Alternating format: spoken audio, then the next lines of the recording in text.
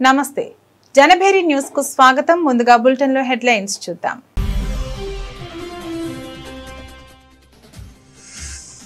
Modi Trump దోస్తీ, భారత్ పై America media ప్రశంసల వర్షం. మోదీ గొప్ప ప్రధాని అంటూ ట్రంప్ చేసిన వ్యాఖ్యల ప్రస్తావన.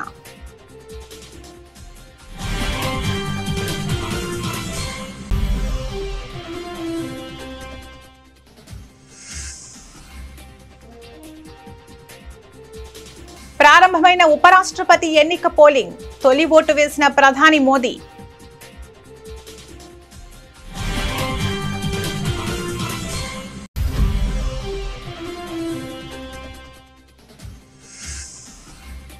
ఎన్డీఏ కూటమి ఎంపీలతో మోదీ సమావేశం. ఆత్మనిర్భర్ భారత్ స్ఫూర్తిని ముందుకు తీసుకువెళ్లాలని సూచించిన ప్రధాని.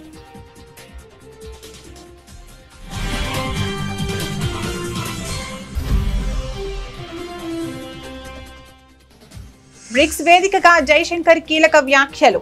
వాణిజ్య లోటుపై అసంతృప్తి. ఐరాస భద్రతా మండలిలో సంస్కరణలు తక్షణ అవసరమన్న జైశంకర్.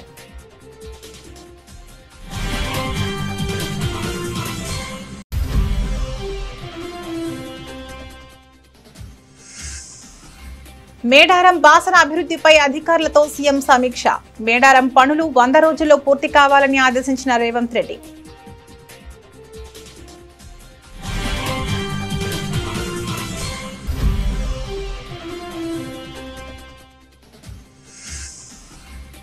ఎరువులు అక్రమంగా నిల్వ చేస్తే పీడీ యాక్ట్ కేసులు నమోదు చేయండి. అధికారులకు ఆదేశాలు జారీ చేసిన మంత్రి నాదెండ్ల.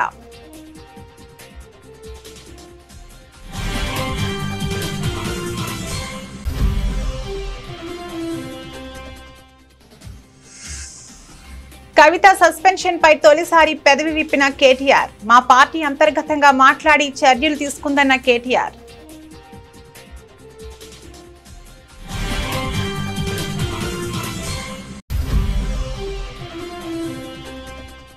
₹400 కోట్ల విలువైన ఆలయ భూములపై కూటమి సర్కార్ కన్ను. చంద్రబాబు అండతో టీడీపీ ఎంపీ భూదందాకు పాల్పడుతున్నారంటూ మండిపడ్డ మాజీ మంత్రి వెల్లంపల్లి శ్రీనివాస్.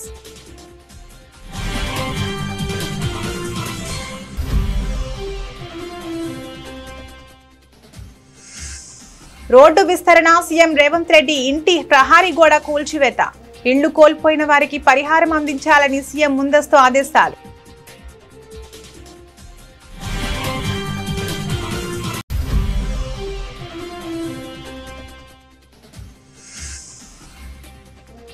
నేటి నుంచి ఆసియా కప్ సందడి. ఈసారి టోర్నీ విజేతకు భారీ ప్రైజ్ మనీ.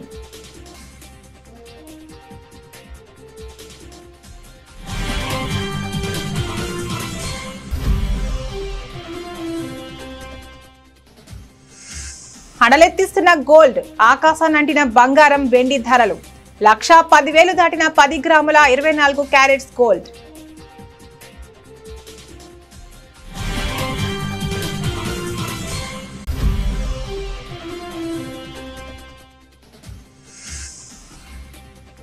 రంగీలాకు 30 ఏళ్లు, ఊర్మిళ భావోద్వేగ పోస్ట్. సోషల్ మీడియాను ఊపేస్తున్న రంగీలా తాజా డాన్స్.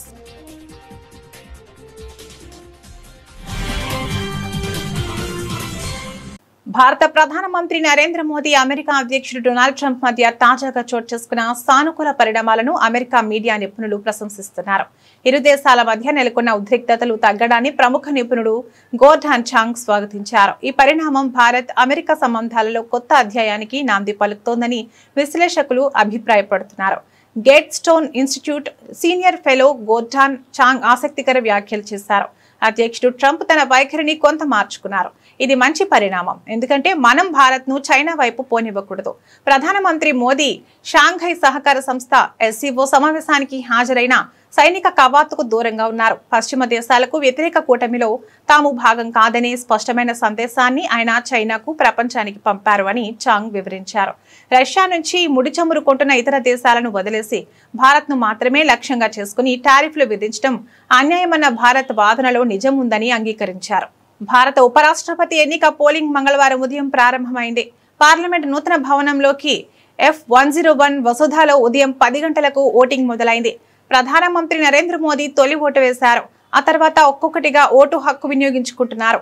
ఈ పోలింగ్ సాయంత్రం 5 గంటల వరకు కొనసాగనుంది. సాయంత్రం 6 గంటలకు లెక్కింపు ప్రారంభమవుతుంది. అనంతరం ఫలితాలను ప్రకటిస్తారు. కేంద్రంలో అధికారంలో ఉన్న బీజేపీ, విపక్ష కాంగ్రెస్ కూటములు దక్షిణాదికి చెందిన వారిని ఉపరాష్ట్రపతి అభ్యర్థులుగా ప్రకటించాయి. ఎన్డీఏ తరపున తమిళనాడుకు చెందిన రాధాకృష్ణన్, ఎండీ కూటమి అభ్యర్థిగా జస్టిస్ సుదర్శన్ రెడ్డి పోటీ చేస్తున్న విషయం తెలిసిందే. ఈ ఎన్నికలో రాజ్యసభ, లోక్సభ సభ్యులతో కూడుకున్న ఎలక్టోరల్ కాలేజీలో ఎంపీలు తమకు నచ్చిన వారికి ఓటు వేసే వెసులుబాటు ఉంటుంది. ఈ ఎన్నిక రహస్య బ్యాలెట్ పద్ధతిలో నిర్వహిస్తున్నారు. లోక్సభలో 542 మంది సభ్యులు, రాజ్యసభలో 239 మంది సభ్యులు ఉన్నారు. వీరంతా కలిసి మొత్తం 781 మంది ఉన్నారు. ఇందులో ప్రతి సభ్యుడి ఓటు విలువ 1గానే ఉంటుంది. మెజార్టీ మార్కు 391 కాగా బీఆర్ఎస్ 4, బీజేడీ 7లు పోలింగ్ కు దూరంగా ఉంటామని ఇప్పటికే ప్రకటించాయి. దీంతో 386 ఓట్లు దక్కించుకున్న వారు విజేతగా నిలవనున్నారు.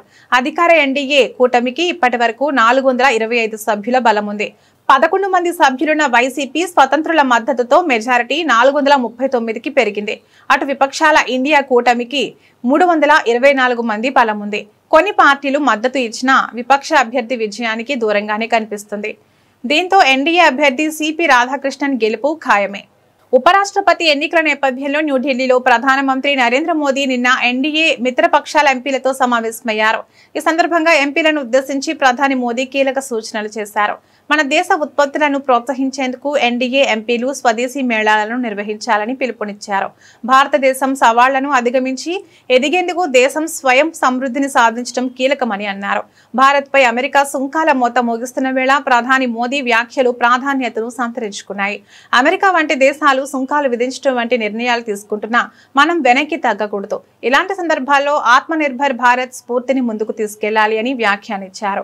భారత్ ను ఆత్మనిర్భర్ మార్గంలో ముందుకు తీసుకెళ్లేందుకు ప్రతి ఒక్కరూ కృషి చేయాల్సిన అవసరం ఉందని ప్రధాని నరేంద్ర మోదీ పునరుద్ఘాటించారు.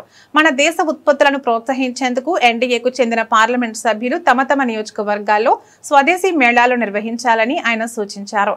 ఈ సమావేశంలో పాల్గొన్న కేంద్ర మంత్రి కిరణ్ రిజిజు అనంతరం ప్రధాని మోదీ చేసిన వ్యాఖ్యలను మీడియాకు వెల్లడించారు. ఉపరాష్ట్రపతి ఎన్నిక నేపథ్యంలో ఎంపీలంతా సరిగ్గా ఓటు వేసేలా జాగ్రత్తలు తీసుకోవాలని ప్రధాని మోదీ సూచించారు. పార్లమెంట్ సభ్యులే తప్పు చేస్తే ప్రజల్లోకి తప్పుడు సందేశం వెళుతుందన్నారు. प्रधानमंत्री जी ने आज एनडीए सांसदों के साथ में वार्ता की है और आज बहुत अच्छा मीटिंग हुआ। 100% एनडीए एमपीज राज्यसभा और लोकसभा का एक साथ मिलना हुआ और प्रधानमंत्री जी का मार्गदर्शन भी हुआ। प्रधानमंत्री जी ने जो हाल ही में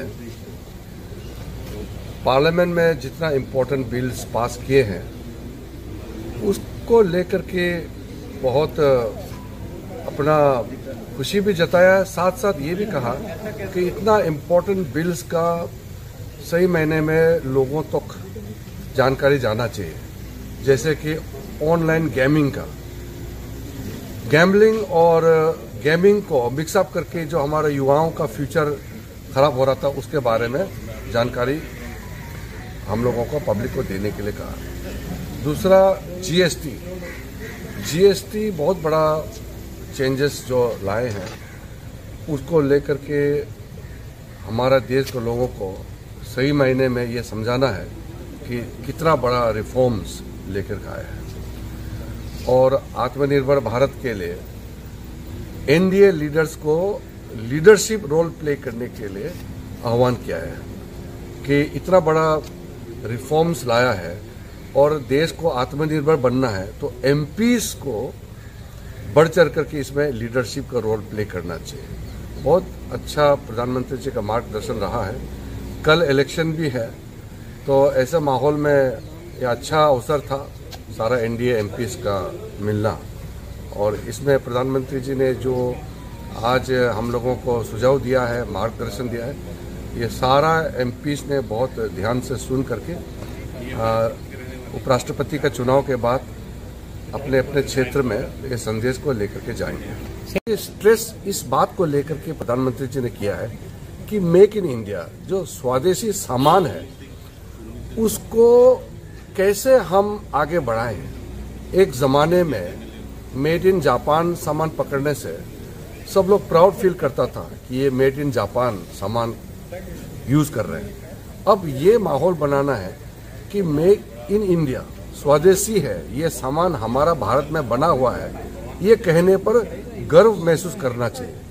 ये प्रधानमंत्री जी ने आह्वान किया है कि मेक इन इंडिया, ये जो एफर्ट चल रहा है उसमें कोई भी सामान मेड इन इंडिया है, भारत में बनी है, स्वदेशी है, तो उसको गर्व से इस्तेमाल करना चाहिए, इसको कहा है। तो हम आत्मनिर्भर रहेंगे तभी तो विकसित भारत होगा। ప్రస్తుతం ప్రపంచం అనేక సంక్షోభాలతో సతమతమవుతోందని, ఈ సవాళ్లను పరిష్కరించడంలో అంతర్జాతీయ వ్యవస్థలు విఫలమవుతున్నాయని భారత విదేశాంగ మంత్రి ఎస్ జయశంకర్ అన్నారు. బ్రిక్స్ దేశాల నాయకుల వర్చువల్ సదస్సులో ఆయన ప్రసంగిస్తూ ప్రపంచ వాణిజ్యంలో న్యాయమైన పారదర్శక విధానాలను అనుసరించాల్సిన అవసరం ఉందని నొక్కి చెప్పారు. అంతేకాకుండా ఐక్యరాజ్య సమితి భద్రతా మండలి యుఎన్ఎస్సి వంటి బహుళ పాక్షిక వేదికల్లో సంస్కరణలు తక్షణ అవసరమని స్పష్టం చేశారు. ప్రస్తుత ప్రపంచ వాణిజ్య సరళి మార్కెట్ అవకాశాలు ప్రధాన సమస్యలుగా మారాయని జయశంకర్ అభిప్రాయపడ్డారు.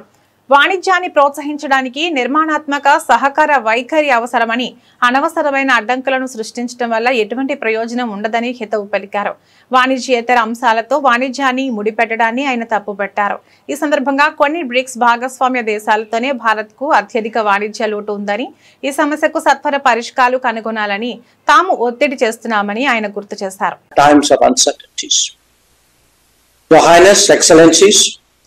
Trade patterns and market access are today prominent issues in the global economic discourse.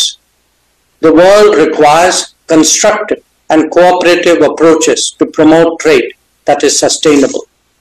Increasing barriers and complicating transactions will not help. Neither would the linking of trade measures to non-trade matters.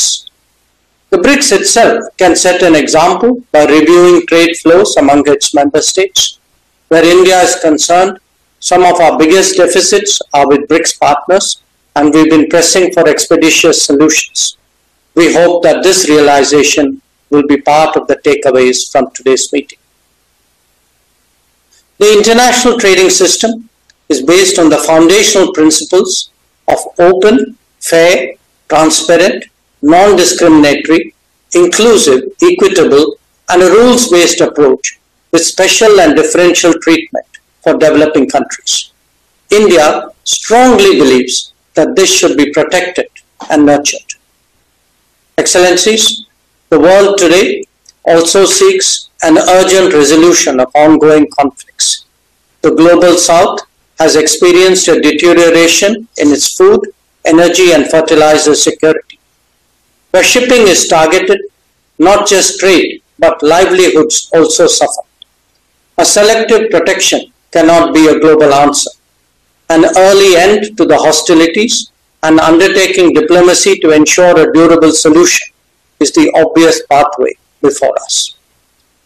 The working of international organizations in the last few years has witnessed major shortfalls in many areas.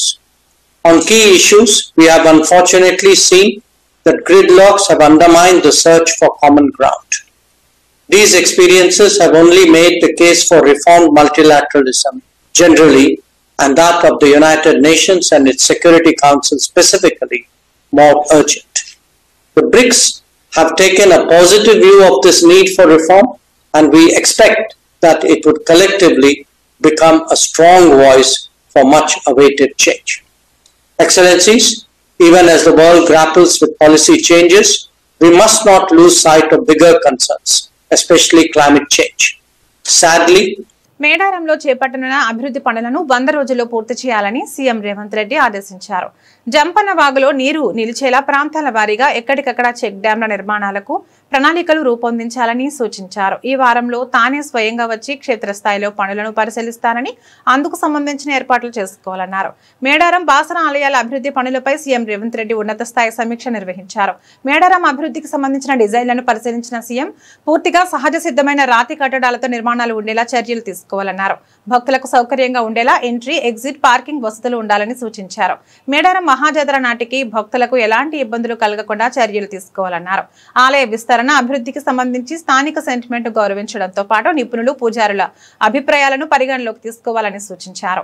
సమీక్షలో మంత్రులు Konda Surekha, Seethakka, Ponguleti Srinivasa Reddy, Adluri Laxman, CM ముఖ్య కార్యదర్శి శ్రీనివాసరాజు, దేవాదాయ శాఖ ముఖ్య కార్యదర్శి శైలజ రామయ్యర్ పాల్గొన్నారు. రాష్ట్రంలో ఎరువులను అక్రమంగా నిల్వ చేస్తూ బ్లాక్ మార్కెట్ కు తరలిస్తూ కృత్రిమ కొరత సృష్టించే వారిపై ఉక్కుపాదం మోపాలని ప్రభుత్వం నిర్ణయించింది.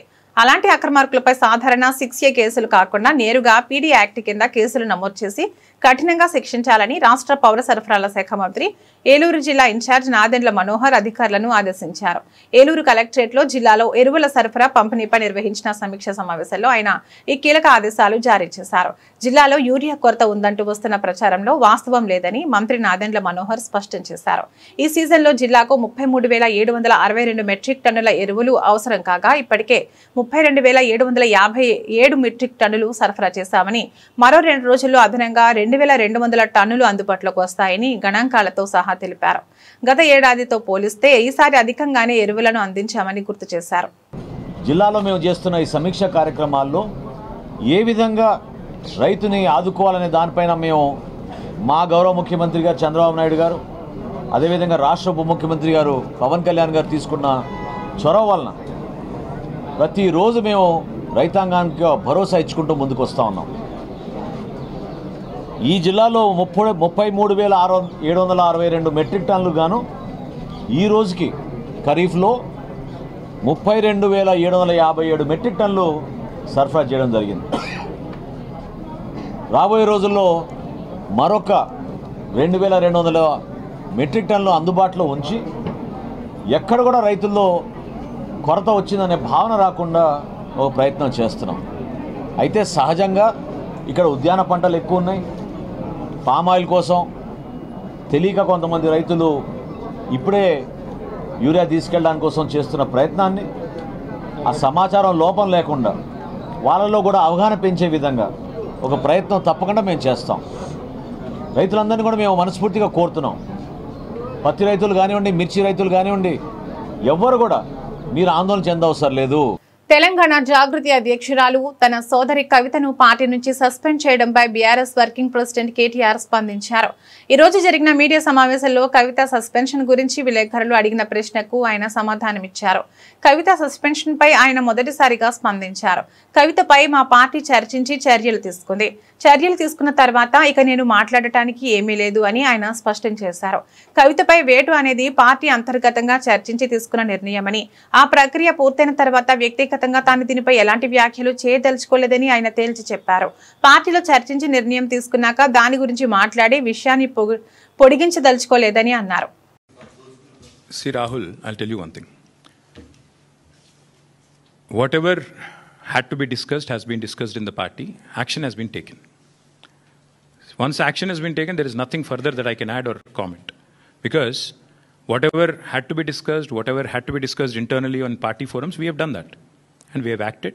And therefore, after the action has been taken, there is nothing further for me to comment or elaborate on. ముఖ్యమంత్రి చంద్రబాబు భూపకాసురుడిగా మారాడని, ఆఖరికి ఆలయ భూములను సైతం వదలకుండా అయిన వారికి కట్టబెట్టేందుకు ప్రయత్నిస్తున్నాడని మాజీ మంత్రి వెల్లంపల్లి శ్రీనివాస్ మండిపడ్డారు. తాడేపల్లి వైఎస్ఆర్సీపీ కేంద్ర కార్యాలయంలో మీడియాతో మాట్లాడుతూ మచిలీపట్నం గొడుగుపేట వెంకటేశ్వర స్వామికి చెందిన 400 కోట్ల రూపాయల విలువైన ఆలయ భూములను ఎగ్జిబిషన్ గ్రౌండ్, గోల్ఫ్ క్లబ్ ముసుగులో కావాల్సిన వారికి దారాదత్తం చేసేందుకు కూటమి ప్రభుత్వం చేస్తున్న ప్రయత్నాలను ఎట్టి పరిస్థితుల్లోనూ హిందూ సమాజం సహించదని హెచ్చరించారు. ఆలయ భూములను కాజేసేందుకు రాత్రికి రాత్రే చదును చేసే కార్యక్రమాన్ని కూడా ప్రారంభించడం దారుణమని అన్నారు. చంద్రబాబు అండతో ఎంపీ కేసినేని చిన్ని చేస్తున్న ఈ దురాఘాతాన్ని న్యాయ పోరాటం ద్వారా అడ్డుకుంటామని స్పష్టం చేశారు.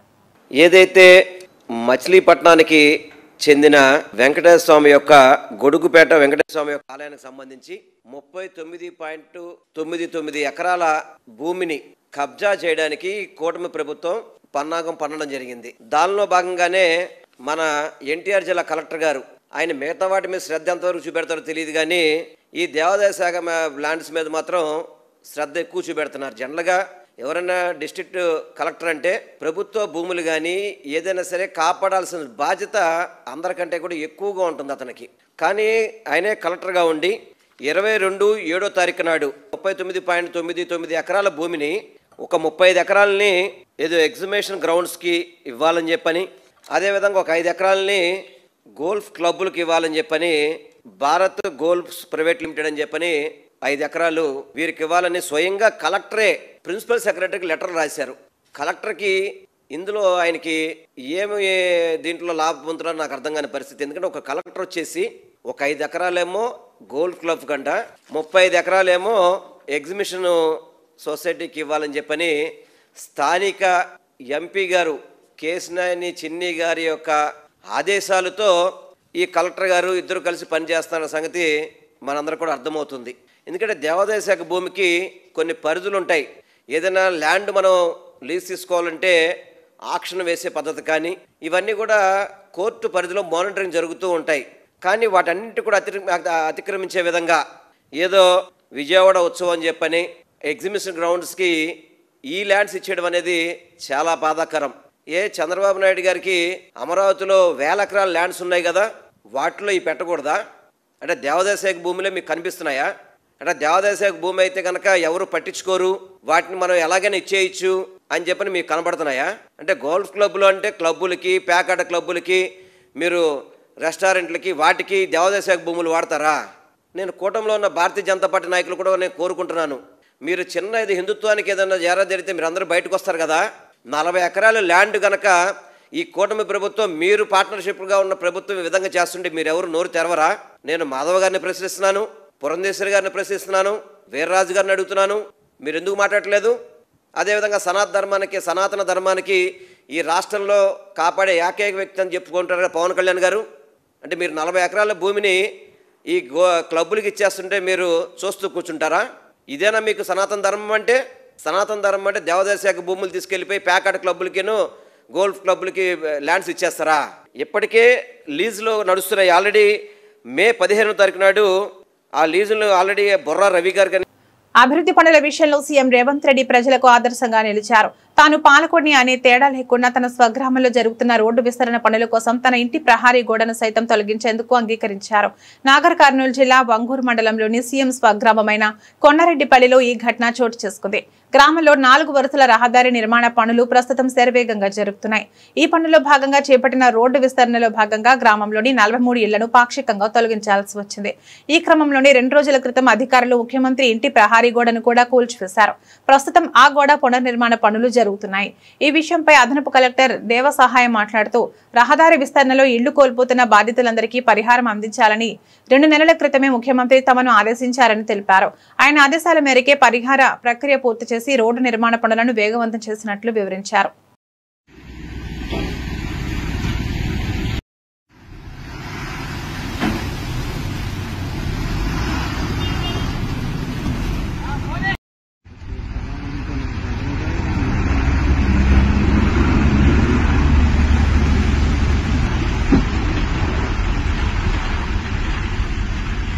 క్రికెట్ అభిమానులు ఎంతో ఆసక్తిగా ఎదురుచూస్తున్న ఆసియా కప్ 2025 సందడి మొదలైంది. T20 ప్రపంచ కప్ ముందు జరుగుతున్న ఈ మెగా టోర్నమెంట్ ఈ రోజు నుంచి UAE వేదికగా ప్రారంభం కానుంది.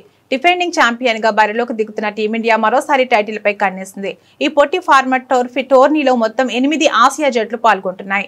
వీటిని 2 గ్రూపులుగా విభజించారు. గ్రూప్ ఏలో డిఫెండింగ్ ఛాంపియన్ భారత్ తో పాటు చిరకాల ప్రత్యర్థి పాకిస్తాన్, UAE, ఒమన్ జట్లు ఉన్నాయి. ఇక గ్రూప్ బిలో శ్రీలంక, బంగ్లాదేశ్, ఆఫ్ఘనిస్తాన్, హాంకాంగ్ తలపడనున్నాయి.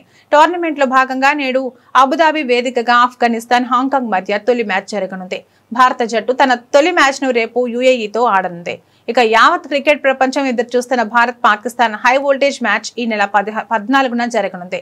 భారత అభిమానులను దృష్టిలో ఉంచుకుని దాదాపు అన్ని మ్యాచ్లను రాత్రి 8 గంటలకు ప్రారంభమయ్యేలా ACC షెడ్యూల్ చేసింది. సెప్టెంబర్ 28న దుబాయ్లో ఫైనల్ మ్యాచ్ తో ఈ టోర్నీ ముగియనుంది.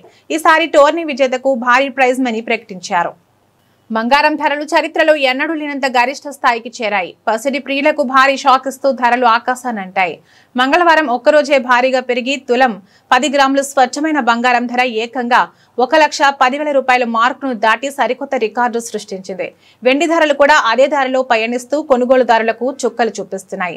హైదరాబాద్ బులియన్ మార్కెట్లో మంగళవారం 24 క్యారెట్ల స్వచ్ఛమైన బంగారం తులంపై 1,360 రూపాయలు పెరిగింది. దీంతో దాని ధర 1,10,290 రూపాయలకి చేరింది. అదేవిధంగా 22 క్యారెట్ల ఆభరణాల బంగారం ధర తులంపై 1,250 రూపాయలు పెరిగి 1,01,100 రూపాయల వద్ద ట్రేడ్ అవుతోంది.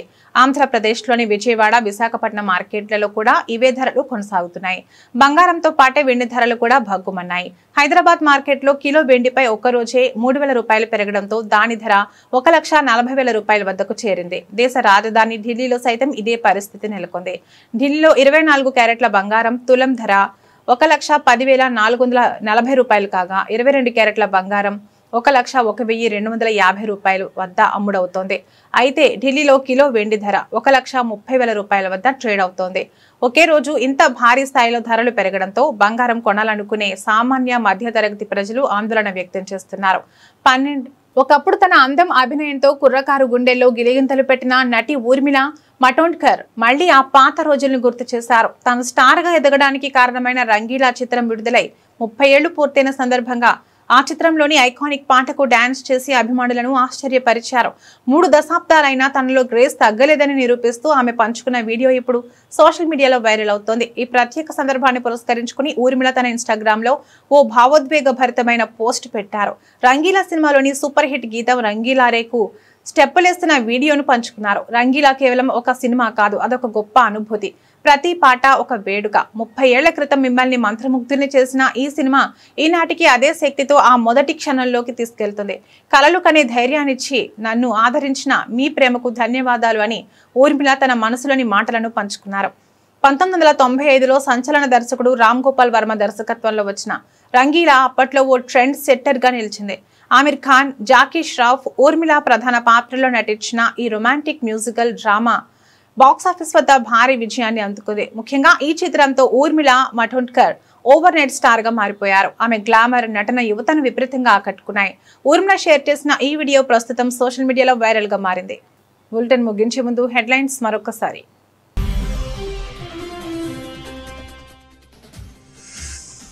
మోదీ ట్రంప్ దోస్తీ, భారత్ పై అమెరికా మీడియా ప్రశంసల వర్షం.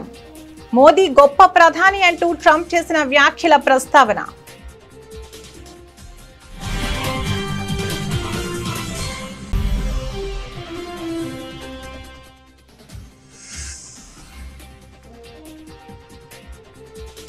ప్రారంభమైన ఉపరాష్ట్రపతి ఎన్నిక పోలింగ్, తొలి ఓటు వేసిన ప్రధాని మోదీ.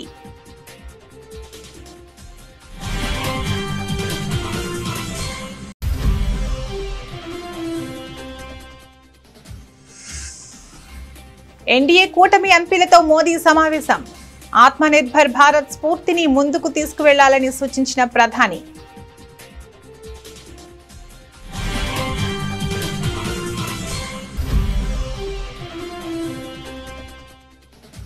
బ్రిక్స్ వేదికగా జైశంకర్ కీలక వ్యాఖ్యలు. వాణిజ్య లోటుపై అసంతృప్తి.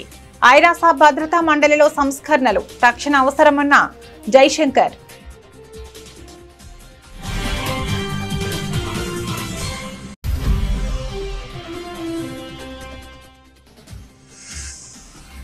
మేడారం బాసన అభివృద్ధిపై అధికారులతో సీఎం సమీక్ష. మేడారం పనులు 100 రోజుల్లో పూర్తి కావాలని ఆదేశించిన రేవంత్ రెడ్డి.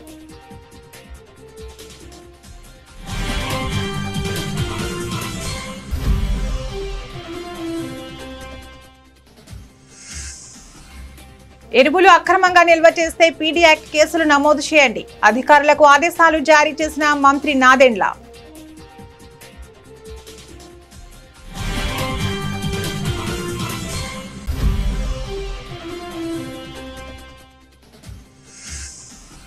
కవిత సస్పెన్షన్ పై తొలిసారి పెదవి విప్పిన కేటీఆర్. మా పార్టీ అంతర్గతంగా మాట్లాడి చర్యలు తీసుకుందన్న కేటీఆర్.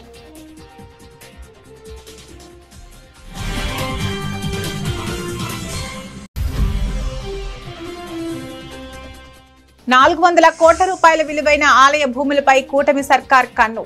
చంద్రబాబు అండతో టీడీపీ ఎంపీ భూదందాకు పాల్పడుతున్నారంటూ మండిపడ్డ మాజీ మంత్రి వెల్లంపల్లి శ్రీనివాస్.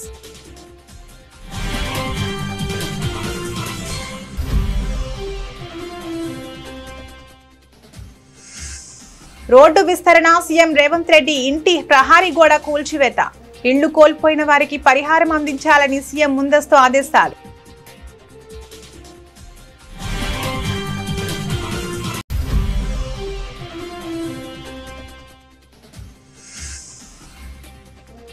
నేటి నుంచి ఆసియా కప్ సందడి. ఈసారి టోర్నీ విజేతకు భారీ ప్రైజ్ మనీ.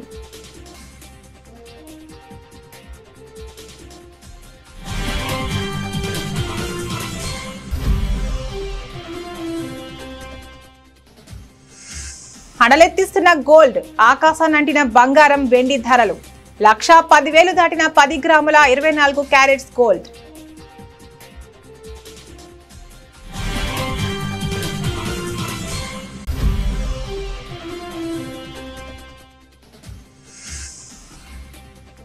రంగీలాకు 30 ఏళ్లు, ఊర్మిళ భావోద్వేగ పోస్ట్. సోషల్ మీడియాను ఊపేస్తున్న రంగీలా తాజా డాన్స్.